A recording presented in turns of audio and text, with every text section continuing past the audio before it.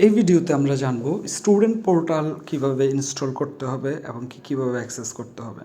তার জন্য আমাদের ভিডিও ডেসক্রিপশনে দেওয়া গুগল ড্রাইভের লিঙ্কে আসব।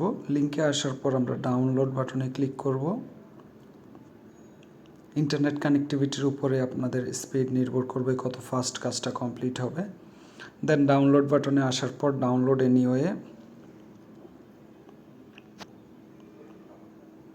দেন ডাউনলোড এনিওয়ে দেওয়ার পর এখানে দেখাচ্ছে আমাদের এটা ডাউনলোড হচ্ছে, যেমন স্টুডেন্ট পোর্টালের ফাইল ডাউনলোড হচ্ছে।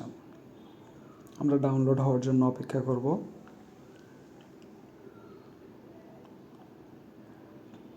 আমাদের এখানে কত স্পিডে কতটুকু ডাউনলোড হয়েছে, সাইজ কী এবং কতক্ষণ সময় লাগবে তা দেখাচ্ছে। আমাদের ফাইল ডাউনলোড কমপ্লিট। দেন হচ্ছে আমরা ফাইলের উপরে ক্লিক করব, প্যাকেজ ইনস্টলারে ক্লিক করব, ইনস্টলে ক্লিক করব।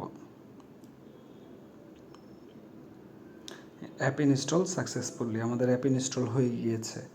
প্রথমবার ইনস্টল করার ক্ষেত্রে হচ্ছে আপনাদের এখানে ডাউনলোড রিক্সি ফাইল দেখাইতে পারে, ওই ক্ষেত্রে ইনস্টল এনিওয়ে দিয়ে আমরা হচ্ছে ইনস্টল করে নিব।